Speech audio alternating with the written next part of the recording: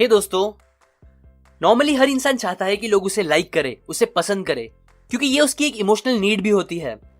लेकिन अगर आपको किसी रीजन की वजह से ऐसी कोई नीड नहीं है, फिर भी आपको इस टॉपिक को समझना बहुत जरूरी है, क्योंकि हम इंसान सोशल क्रिएचर्स हैं, जिसे लाइफ में आगे बढ़ने के लिए, सक्सेसफुल होने के लिए, या और कुछ नहीं तो बस अपनी ही लाइफ में खुश रहने के लिए भी हमें लोगों से डील करना ही पड़ेगा कभी ना कभी। इसीलिए ये बहुत ज्यादा इंपॉर्टेंट है कि हमारी सोशल स्किल्स अच्छी हो। ज्यादातर लोग बस इसलिए सक्सेसफुल नहीं होते कि वो बहुत स्मार्ट या टैलेंटेड होते हैं, बल्कि उनके सक्सेस का एक मेन रीजन होता है उनकी सोशल स्किल्स और लोगों का उनको पसंद करना। क्योंकि फैक्ट ये है कि बहुत से लोग फ्रेंडशिप, रिलेशनशिप, बिजनेस या मिलजुल के काम करना, ये सब तो दूर की बात है, वो उन लोगों से बात करना भी पसंद नहीं करते जिन्हें वो लाइक नहीं करते। इसलिए आज मैं आप लोगों को 4 ऐसे रूल्स बताऊंगा जिसे अप्लाई करने के बाद कोई भी इंसान आपको पसंद करने लगेगा, और साथ ही साथ इससे आपकी सोशल स्किल्स भी बहुत अच्छी हो जाएगी। So let's begin. An easy way to have a good conversation.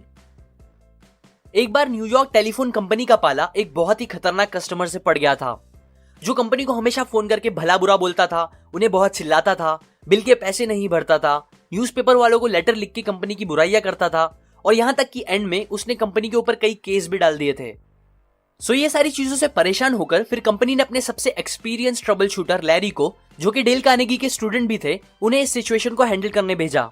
जिसके बाद ये हुआ, लैरी उससे मिलने गए और वहां उन्होंने उस आदमी की सारी बातें एकदम गौर से सुनना स्टार्ट करी और उनके हर परेशानी को अच्छे से सुन के उन्हें एग्री करते रहे। उस कस्टमर ने टोटल 3 घंटे तक गुस्से में ही उनसे बात की, फिर भी लैरी ने एंड तक कंपनी के डिफेंस में कुछ भी नहीं कहा और फिर दोनों वहां से चले गए। इसके बाद लैरी ने फिर उनका एक और इंटरव्यू लिया, जहां वापस वही चीजें रिपीट हुई, और फिर एक और इंटरव्यू हुआ। लेकिन अभी भी लैरी ने ज्यादा कुछ भी नहीं कहा, बल्कि उन्होंने तो बस उस कस्टमर की बातें अच्छे से सुनी और सुनते रहे। जिसका रिजल्ट ये हुआ कि उन्होंने टोटल 4 इंटरव्यू लिए। लेकिन उस चौथे इंटरव्यू के खत्म होने से पहले तक उस कस्टमर ने लैरी को अपने एक स्पेशल ऑर्गेनाइजेशन का चार्टर मेंबर बना दिया था, जिसे वो टेलीफोन सब्सक्राइबर्स प्रोटेक्टिव एसोसिएशन कहते थे, जिसके मेंबर वो लाइफ टाइम रहे, और इनफैक्ट बस वो अकेले मेंबर ही थे उस ऑर्गेनाइजेशन के। लैरी ने उस कस्टमर की हर प्रॉब्लम को सिंपैथी के साथ सुनी और समझी, बिना अपनी बात बीच में बोले या आर्ग्यू करे, जिसकी वजह से ही उस आदमी का सारा गुस्सा खत्म हो गया और उन्होंने लैरी को अपने दोस्त जैसा बना लिया।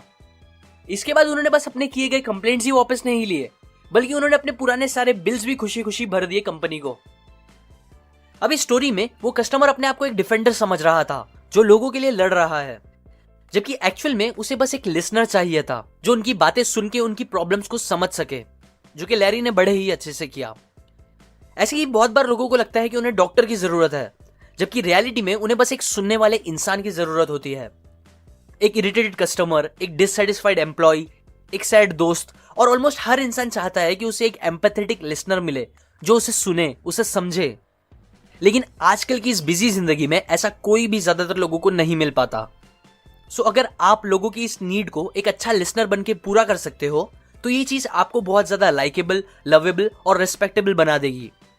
लेकिन हाँ, अगर आप इसका उल्टा चाहते हो, मतलब आप चाहते हो कि लोग आपको पसंद ना करे, आपके पीछे हंसे या आपकी बुराई करे, तो उसके लिए आप बस ये करो, लोगों की बातें कभी भी अच्छे से मत सुनो, उन्हें बीच बीच में टोको, उन्हें अपने ओपिनियंस देते रहो और उन्हें हमेशा गलत बोलो। बस फिर देखो कैसे लोग आपको नापसंद करने लगेंगे। अब टू कंक्लूड, अगर आप चाहते हो कि लोग आपको पसंद करें, तो आप हमेशा सामने वाले को ज्यादा बात करने दो और उन्हें उनके बारे में बात करने के लिए एनकरेज करो। क्योंकि याद रखोगे, यूजुअली आप जिससे भी बात करोगे, उसके लिए उसकी बातें दूसरी किसी भी बातों से बहुत ज्यादा इंपॉर्टेंट और इंटरेस्टिंग होगी। उसके दांत का दर्द उसके लिए ज्यादा इंपॉर्टेंट है इस बात से कि अफ्रीका में रोज हजारों लोग भूख से मर रहे हैं। So rule number 1, be a good listener and encourage others to talk about themselves. Number 2, if you don't do this, you are headed to trouble. Andrew Carnegie, जो अपने टाइम के रिचेस्ट इंसान थे, उन्हें स्टील इंडस्ट्री का king कहा जाता था। लेकिन ये इसलिए नहीं था कि उनकी स्टील मैन्युफैक्चरिंग को लेकर नॉलेज बहुत थी या वो बहुत स्मार्ट और एजुकेटेड थे। इनफैक्ट उनके अंडर ऐसे बहुत से लोग काम करते थे जो उनसे ज्यादा स्मार्ट और नॉलेजेबल थे। सो ऑथर कहते हैं कि जिस मेन बात ने उन्हें सक्सेसफुल बनाया था, वो था उनका लोगों को हैंडल कर पाने की एबिलिटी और खासियत। वो एक बहुत अच्छे लीडर थे, जिन्हें लोगों से बात करने आता था और जिनकी सोशल स्किल्स भी कमाल की थी। बचपन में उन्होंने एक सिंपल और इंपॉर्टेंट बात सीखी थी। जब वो 10 साल के थे, तब उन्हें एक मदर रैबिट मिली थी, जिसे उन्होंने अपने पास रख लिया था। अब कुछ टाइम बाद उस मदर रैबिट से बहुत से छोटे रैबिट्स पैदा हुए। कार्नेगी के पास उन्हें खिलाने के लिए कुछ भी नहीं था, इसीलिए उन्हें एक आइडिया आया। उन्होंने अपने पड़ोसी बच्चों को ऑफर दिया कि अगर तुम इनके लिए खाना ढूंढ के लेके आओगे तो मैं इन रैबिट्स को तुम्हारे नाम दे दूंगा। बच्चे ये सुन के खुश हुए और मान गए। यही टाइम था जब उन्होंने सीख लिया था कि एक इंसान का नाम उसके लिए कितना इंपॉर्टेंस रखता है। ये बात उन्होंने फिर आगे अपने बिजनेस में भी बहुत बार अप्लाई की, जिससे उन्हें बहुत फायदा भी हुआ। एग्जाम्पल, जैसे कि एक बार कार्नेगी को पेंसिल्वेनिया रेल रोड को अपनी स्टील से बनी हुई रेल्स बेचनी थी। उन्हें समझ नहीं आ रहा था कि वो ये कैसे पॉसिबल करे। सो उन्होंने क्या किया, पीटर्सबर्ग नाम की जगह पे एक स्टील की फैक्ट्री खोली और उसे नाम दे दिया एडगर थॉमसन स्टील वर्क्स। क्यों? क्योंकि एडगर थॉमसन जो थे वो पेंसिल्वेनिया रेल रोड के प्रेसिडेंट थे। सो अब आप ही गेस करो, ये बात पता चलने के बाद उन्होंने स्टील रेल्स कौन सी कंपनी से खरीदी होगी? हाँ, आप सही सोच रहे हो। उन्होंने हैप्पीली वो स्टील रेल्स अपनी नाम की बनी हुई मिल से खरीदी, जो कि थी तो एक्चुअली कार्नेगी की ही। एक और टाइम की बात है, कार्नेगी और जॉर्ज पुलमैन के बीच कंपटीशन चल रहा था। दोनों चाहते थे कि उन्हें यूनियन पैसिफिक रेल रोड के साथ बिजनेस डील मिले, और इसी चक्कर में दोनों अपने दाम कम करते जा रहे थे, जिससे उनके प्रॉफिट्स भी खत्म होते जा रहे थे। सो इसीलिए एक दिन जब कार्नेगी पुलमैन से मिले तो उन्होंने कहा, तुम्हें नहीं लगता हम अपने आप को बेवकूफ बना रहे हैं? तो ये सुन के पुलमैन ने कहा, मतलब क्या है तुम्हारा? तो कार्नेगी ने पुलमैन को सारी बातें समझाई और सजेस्ट किया कि उन दोनों को लड़ने के बजाय मिलकर काम करना चाहिए और यही चीज प्रॉफिटेबल होगी। पुलमैन ने सारी बातें सुनी तो, लेकिन फिर भी वो बातें उन्हें हजम नहीं हो रही थी। जिसके बाद उन्होंने पूछा कि अच्छा ये सब तो ठीक है, पर कंपनी का नाम क्या होगा? तब कार्नेगी ने कहा, ऑब्वियसली उसका नाम होगा पुलमैन पैलेस कार कंपनी। ये सुनते ही उनके फेस पे स्माइल आई और फिर उन्होंने कार्नेगी को डिटेल में बात करने के लिए अपनी ऑफिस में बुलाया, जिस डिस्कशन ने फिर एक इंडस्ट्रियल हिस्ट्री क्रिएट कर दी। पहले जमाने के अमीर लोग ऑथर्स को बहुत सारे पैसे देते थे ताकि वो उनका नाम अपनी बुक में डाले।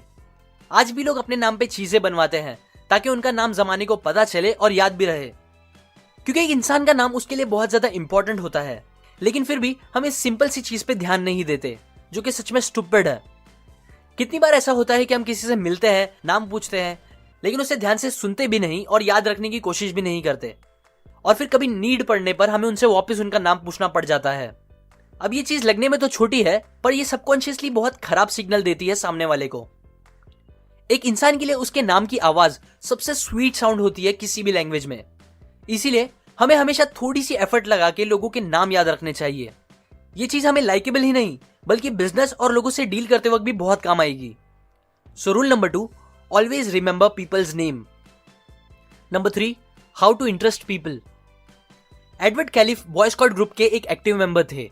अभी जिसे नहीं पता उसे बता दूं, बॉय स्काउट एक ऑर्गेनाइजेशन है जहां पे वो यंग लड़कों को अलग अलग ट्रेनिंग देके उनकी स्किल्स बढ़ाते हैं, जैसे कि surviving skills, leadership skills etcetera. तो क्योंकि ये इवेंट्स काफी अच्छे होते हैं जो बच्चों को काफी अच्छी बातें सिखाते हैं, इसीलिए एडवर्ड चाहते थे कि उनके ग्रुप का एटलीस्ट एक लड़का तो यूरोप में होने वाले बड़े से बॉय स्काउट इवेंट में पक्का जाए। लेकिन पैसों की थोड़ी प्रॉब्लम थी, इसीलिए वो इस ट्रिप की फंडिंग के लिए एक बड़े कॉर्पोरेशन के प्रेसिडेंट से बात करने वाले थे। अब मिलने से पहले एडवर्ड ने थोड़ी रिसर्च करी थी प्रेसिडेंट के बारे में, जिससे उन्हें पता चला था कि उस प्रेसिडेंट ने एक बार $1 मिलियन का चेक लिखा था, जो फिर कैंसिल हो जाने पर उन्होंने उसे फ्रेम लगा के दीवार पे टंगा दिया था, क्योंकि उस टाइम पे ये सच में एक बहुत ज्यादा बड़ी बात थी।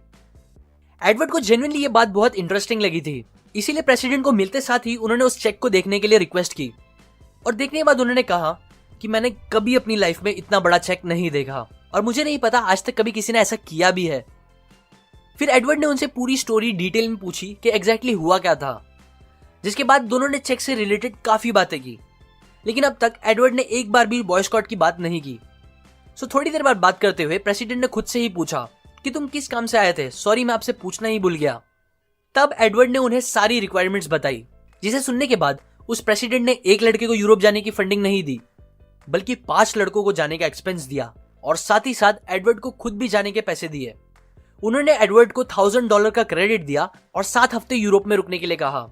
किसी भी और जरूरत के लिए वहां उन्होंने अपने ब्रांच प्रेसिडेंट का कॉन्टैक्ट नंबर भी दे दिया, और वो खुद मिलने भी गए उन लोगों से यूरोप में, जिसके बाद उन्होंने एडवर्ड और उन लड़कों को पेरिस भी घुमाया।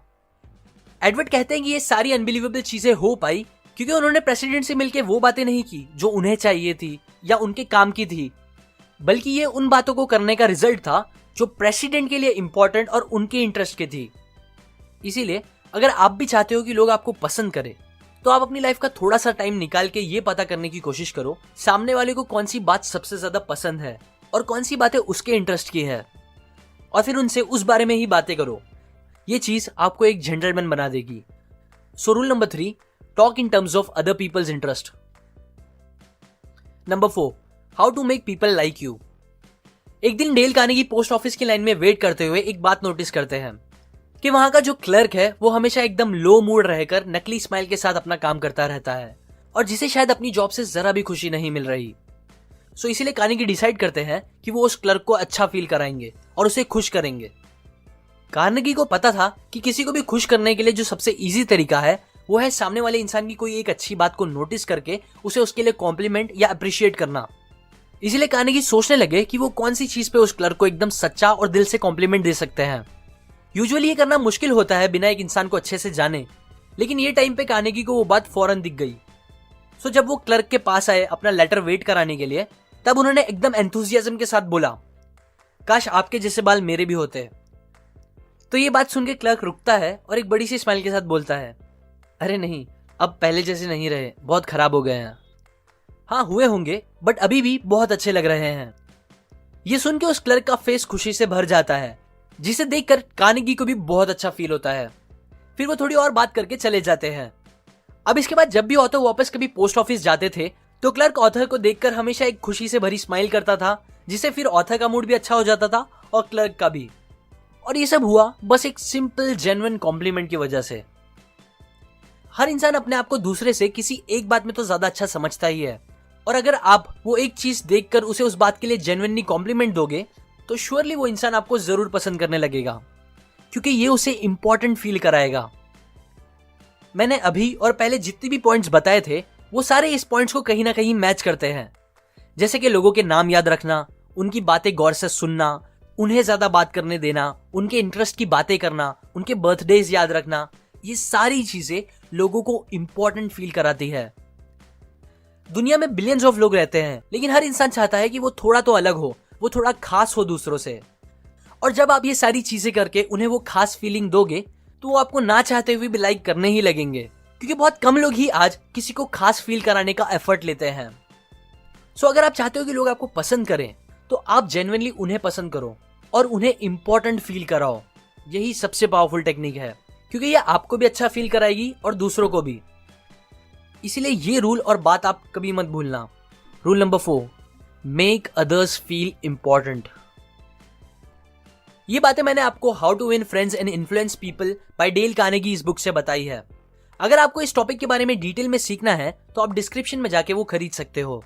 और अगर आप मेरे वीडियोस को कभी मिस नहीं करना चाहते तो पहले सब्सक्राइब करें और फिर मेरे चैनल के होम पे जाके उधर बने बेल पे क्लिक कर दें। इससे मैं जब भी एक न्यू वीडियो अपलोड करूंगा आपको उसका नोटिफिकेशन आ जाएगा। अभी के लिए लाइक करें अगर आपको ये रूल्स काम के लगे, कमेंट करके बताएं आपको सबसे ज्यादा कौन सा रूल पसंद आया, शेयर करें इस वीडियो को अपने फ्रेंड्स एंड फैमिली के साथ, सब्सक्राइब करें। मैं और ऐसी काम की बातें आपके साथ शेयर करता रहूंगा, यूजुअली हर week. And finally, thanks for watching.